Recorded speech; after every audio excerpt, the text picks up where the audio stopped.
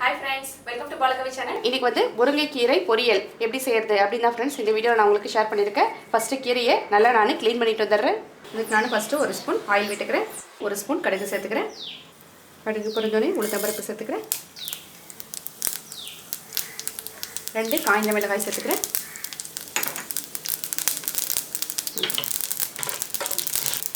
Small size வெங்காயம் cut பண்ணி எடுத்துக்கிட்டேன். அது சேர்த்துக்கிறேன். ஒரு வெங்காயம்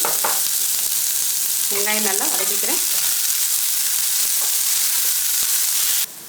வெங்காயம் வதங்கிடுச்சு. நான் கீரை எடுத்து க்ளீன் பண்ணி வச்சுருக்கேன். இதை நான் சேர்த்துக்கிறேன். கொஞ்சம் நேரம் சிறிது நேரம் சேர்த்து வதக்கி எடுத்துக்கிறேன்.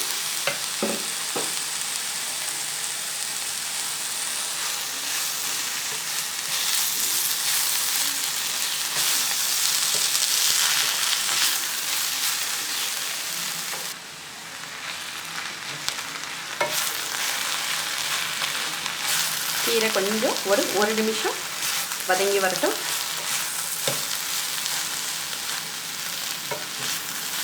ஒரு 2 டேபிள் ஸ்பூன் பாசி பருப்பு நான் தண்ணியில் ஊற வச்சு எடுத்துக்கிட்டேன். இதை நான் இந்த தண்ணியோடு சேர்த்துக்கிறேன். இப்போ இந்த ஊற வச்ச இந்த தண்ணியே இந்த கீரை வேகிறதுக்கு போதுமானதாக அளவாக இருக்கும்.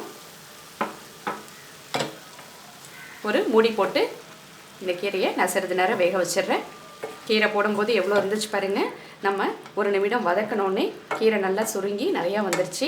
எப்போதுமே கீரை வந்து பார்க்குறதுக்கு நிறையா இருக்கும், செஞ்சதுக்கப்புறம் குறைவாக தான் இருக்கும் பொரியலாக செஞ்சால். கீரை நமக்கு நல்லா வெந்து கிடச்சிருக்கு. இந்த ஸ்டேஜில் நான் இதில் உப்பு சேர்த்துக்கிறேன்.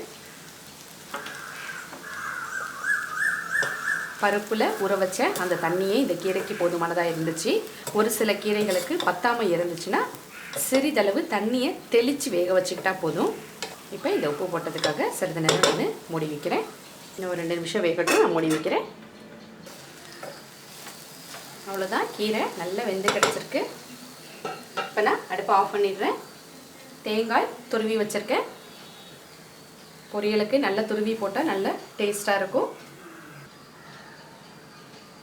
அவ்வளோதான் ஃப்ரெண்ட்ஸ், நல்ல ஹெல்த்தியான டேஸ்டான முருங்கைக்கீரை பொரியல் ரெடி ஆகிடுச்சு. நீங்களும் செஞ்சு ட்ரை பண்ணி பாருங்கள். ட்ரை பண்ணி பார்த்துட்டு உங்களோட கமெண்ட்ஸ் ஃபீட்பேக்ஸை எங்கிட்ட ஷேர் பண்ணிங்க ஃப்ரெண்ட்ஸ். உங்களுக்கு இந்த வீடியோ பிடிச்சிருந்தா மறக்காமல் லைக் பண்ணுங்கள், உங்கள் ஃப்ரெண்ட்ஸுக்கு ஷேர் பண்ணுங்கள். பாலகவி சேனலை சப்ஸ்கிரைப் பண்ணிங்க ஃப்ரெண்ட்ஸ். இதை ஒரு பவுலில் இப்போ நான் பரிமாறிக்கிறேன்.